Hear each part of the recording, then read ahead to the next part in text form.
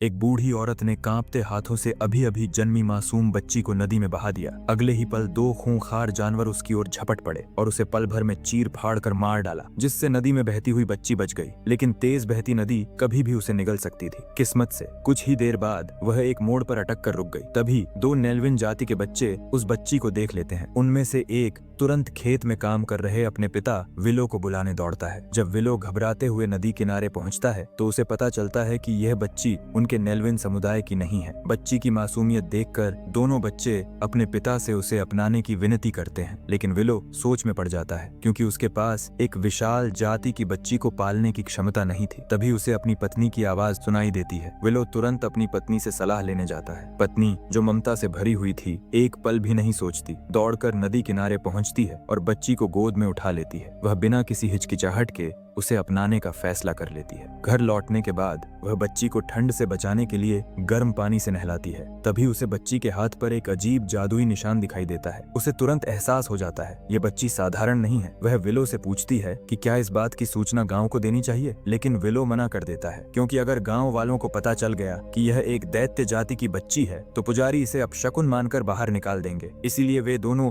चुपचाप बच्ची को घर में ही पालने का फैसला कर लेते हैं। लेकिन उन्हें यह नहीं पता था कि उनकी यह दया पूरे गांव पर एक बड़ा खतरा बनकर टूटेगी। अगले दिन गांव में वार्षिक उत्सव था। चारों तरफ खुशी, नाच गाना, हंसी मजाक। कुछ लोग रस्साकशी खेल रहे थे और वहीं विलो मंच पर जादू का प्रदर्शन कर रहा था। विलो एक छोटे सुअर को कपड़े में लपेटता है, मंत्र पढ़ने का नाटक करता है और अचानक सुअर गायब। तालियों की गड़गड़ाहट गूंज उठती है, लेकिन तभी सुअर मंच के नीचे से निकल आता है। सब हंसने लगते हैं। अचानक एक डरावनी आवाज गूंजती है। वही अजीब सा जानवर वहां आ जाता है। लोगों के चेहरों पर खुशी की जगह डर छा जाता है और सब भागने लगते हैं। लेकिन वह जानवर किसी पर हमला नहीं करता। वह बेचैनी से इधर उधर घूमता है और फिर अचानक एक बच्ची के पालने पर झपटता है और उसे चीर देता है। तभी गांव के योद्धा हथियार लेकर पहुंचते हैं। भयंकर लड़ाई होती है और आखिरकार वे उसे मार गिराते हैं। विलो समझ जाता है कि वह जानवर किसी खास बच्ची को ढूंढ रहा था। यह सोचकर कि उसकी पत्नी खतरे में हो सकती है, वह तुरंत घर की ओर दौड़ता है। पत्नी को सुरक्षित देखकर वह राहत की सांस लेता है, लेकिन परिवार और गांव की सुरक्षा के लिए दोनों भारी मन से बच्ची को मुखिया के सामने ले जाते हैं और सारी सच्चाई बता देते हैं। मुखिया भविष्यवाणी करता है, यह बच्ची बहुत विशेष है और अगर इसे गांव में रखा गया तो विनाश निश्चित है। इसलिए एक दल बनाया जाता है और आदेश दिया जाता है कि बच्ची को दैत्य क्षेत्र तक ले जाकर उसके असली लोगों को सौंप दिया जाए। विलो भी इस दल में शामिल हो जाता है। जाते समय मुखिया विलो को 3 जादुई ओक के फल देता है, जिनसे दुश्मन पर वार करते ही वह पत्थर बन जाएगा। सभी लोग यात्रा पर निकल पड़ते हैं। लंबा सफर, थकान और अनजान खतरे। आखिरकार वे रुकते हैं आराम के लिए। तभी घोड़ों की पैरों की आवाज सुनाई देती है। सभी लोग छिप जाते हैं, सांस थामकर। खतरा टलने के बाद वे फिर आगे बढ़ते हैं और आखिरकार अपनी मंजिल पर पहुंच जाते हैं। वे किसी विशाल दैत्य के आने का इंतजार करने लगते हैं। तभी एक अजीब सी आवाज गूंजती है। डर से सबके शरीर कांप उठते हैं। अचानक एक बहुत बड़ा आदमी पीछे से विलो को पकड़ लेता है। सभी साथी कहते हैं बच्ची को उसे दे देना चाहिए, लेकिन विलो मना कर देता है क्योंकि वह कैद में है और भरोसे लायक नहीं हो सकता। वह आदमी कहता है उसे छोड़ दो, वह बच्ची की अच्छी देखभाल करेगा। लेकिन विलो अब भी नहीं मानता।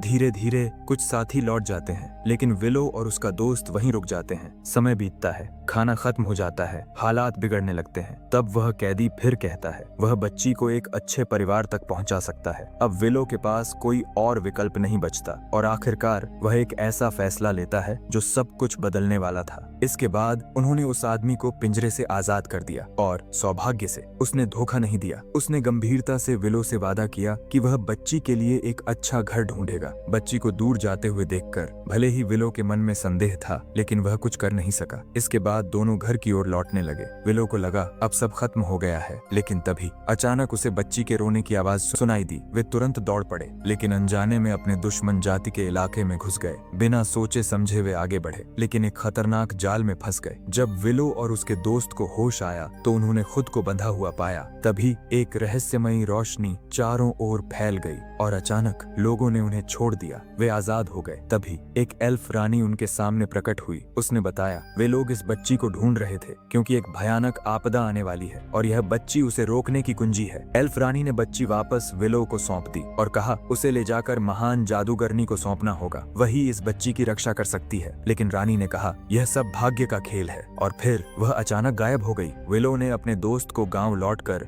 अपनी पत्नी को सब बताने भेजा और खुद खतरनाक यात्रा पर निकल पड़ा। दुश्मन जाति ने भी उसकी मदद के लिए 2 योद्धा भेजे। कुछ ही देर में आसमान काला पड़ गया और भारी बारिश शुरू हो गई। वे एक दैत्य जाति के इलाके में पहुंचे। सभी लोग डर गए, लेकिन बच्ची के लिए खाना जरूरी था, इसलिए विलो अंदर चला गया। अंदर के दैत्य बेहद डरावने थे। विलो ने हिम्मत जुटाई और एक महिला से मदद मांगी, लेकिन तभी वह गलती से एक कमरे में घुस गया जहां उसने उस आदमी को देखा जिसे उसने पहले बच्चा सौंपा था। उस आदमी ने बताया बच्चा खो जाने पर उसे बहुत पछतावा हुआ, इसलिए वह औरत बनकर उसे ढूंढ रहा था। तभी कुछ सैनिक वहां आ गए और सभी बच्ची की जांच करने लगे। खतरा समझते ही वे दोनों भाग निकले। वे एक गाड़ी पर कूदे और तेजी से भागने लगे। पीछे से दुश्मन उनका पीछा कर रहे थे। भयंकर लड़ाई हुई, लेकिन वे किसी तरह बच निकले। बाद में उन्होंने घोड़ों को छोड़कर दुश्मनों को भटका दिया और अंधेरे में कहीं छिप गए। विलो ने उस आदमी को अपनी पूरी यात्रा के बारे में बताया और हैरानी की बात, वह भी उनकी मदद के लिए तैयार हो गया। विलो नाव से एक सुनसान द्वीप पर पहुंचा जहां कुछ भी नहीं था। तभी एक बोलने वाला छछूंदर उसे बुलाता है। पहले तो विलो हैरान रह जाता है, लेकिन सच्चाई जानकर उसकी आंखें फटी रह जाती हैं। वह कोई और नहीं बल्कि महान जादूगरनी ही थी। जैसे ही उसने बच्ची को देखा वह भावुक हो गई। उसने बताया यह बच्ची राजवंश की आखिरी संतान है और अंधकार को खत्म करने वाली आखिरी उम्मीद। उसने विलो से कहा जादुई छड़ी से उसे उसके असली रूप में वापस लाया जा सकता है, लेकिन तभी दुश्मनों ने हमला कर दिया। वे सबको पकड़ लेते हैं और बच्ची को उनसे अलग कर देते हैं। तो छोटे साथियों की मदद से वे किसी तरह भाग निकलते हैं। विलो जादू करने की कोशिश करता है, लेकिन अनुभव की कमी के कारण जादू बार बार गलत हो जाता है और जादूगरनी बार बार अलग अलग जानवरों में बदलती रहती है। आखिरकार काफी संघर्ष के बाद विलो सफल हो जाता है और जादूगरनी को उसके असली रूप में वापस ले आता है। जादूगरनी खुश हो जाती है और एल्फ रानी की छड़ी लेकर अपनी खोई हुई शक्तियां वापस पा लेती है। अब उसके पास चुड़ैल का सामना करने की शक्ति आ चुकी थी। वह विलो से कहती है कि वे उन सभी सैनिकों को वापस लाएं जिन्हें चुड़ैल ने श्राप देकर सुअर बना दिया था। फिर उसने मंत्र पढ़ा और एक एक करके सभी को उनके असली रूप में वापस बदल दिया। इसके बाद उसने गुरु माता के रूप में आदेश दिया कि चुड़ैल द्वारा कब्जा किए गए किले पर हमला किया जाए और हर हाल में बच्ची को बचाया जाए। जल्द ही वे किले तक पहुंच गए। जैसे ही सैनिकों ने हमला शुरू किया, युद्ध का शोर गूंज उठा। चारों तरफ चीख पुकार, तलवारों की टकराहट और अराजकता। इसी मौके का फायदा उठाकर विलो और गुरु माता चुपके से किले के अंदर घुस गए ताकि पहले बच्ची को बचाया जा सके। अपनी शक्ति से वे एक डरावने यज्ञ स्थल तक पहुंचते हैं जहां चुड़ैल बच्ची की शक्तिशाली ऊर्जा का उपयोग करके उसे बलि चढ़ाने वाली थी ताकि वह अमृता प्राप्त कर सके। अब अच्छाई और बुराई के बीच अंतिम युद्ध शुरू होने वाला था। चुड़ैल ने सबसे पहले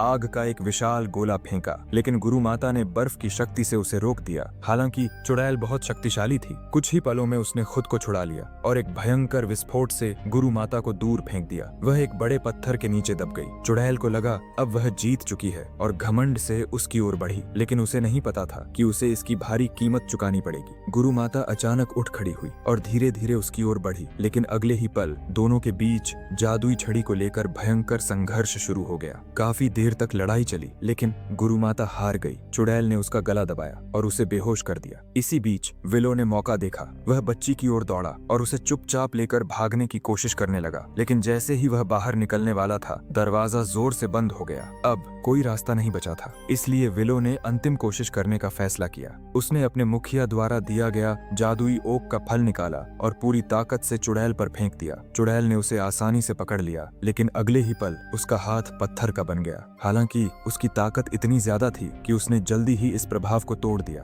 तभी विलो ने कहा कि उसके पास अभी एक आखिरी चाल बाकी है। उसने जोर से चिल्लाया और अचानक बच्ची गायब हो गई। चुड़ैल गुस्से से पागल हो गई। वह विलो को मार डालना चाहती थी, लेकिन इसी कोशिश में उसने गलती से बलि का मंत्र शुरू कर दिया। एक नीली बिजली उस पर गिरी और वह दर्द से चीख उठी। धीरे धीरे उसका शरीर खत्म होने लगा और अंत में वह खुद बलि बनकर दानव के पास चली गई। असल में विलो ने चालाकी से बच्ची को पहले ही पत्थरों के पीछे छिपा दिया था और अपने जादू से सुअर में बदलने का भ्रम पैदा करके चुड़ैल को धोखा दिया था। कहानी के अंत में गुरु माता ने विलो को एक कीमती जादुई पुस्तक दी और कहा कि वह जल्द ही एक महान जादूगर बनेगा। उसने यह भी कहा कि जब बच्ची बड़ी होगी तो वह इस राज्य की नई रानी बनेगी। बच्ची से भावुक विदाई के बाद विलो अपने घर लौट पड़ा। सभी गांव के लोग उसका सम्मान करते हैं और खुशी खुशी उसका स्वागत करते हैं। आखिरकार विलो अपने परिवार से मिलता है। कुछ समय बाद सभी जातियों में एक खबर फैलती है। जिस नेल्विन जाति को हमेशा कमजोर समझा जाता था, वहीं से एक महान और दिग्गज जादूगर का जन्म हुआ।